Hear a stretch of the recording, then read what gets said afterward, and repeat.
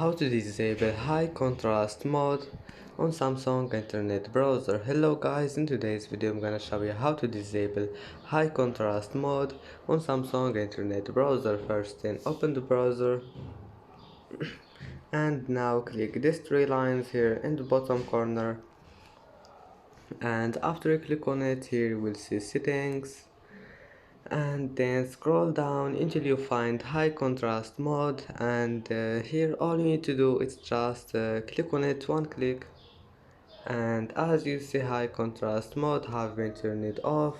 Now just go back it will be saved, and that's how to disable it. And that's it for today's video. If you like this video, don't forget like and subscribe, and thank you for watching this video until the end, and see you in the next video.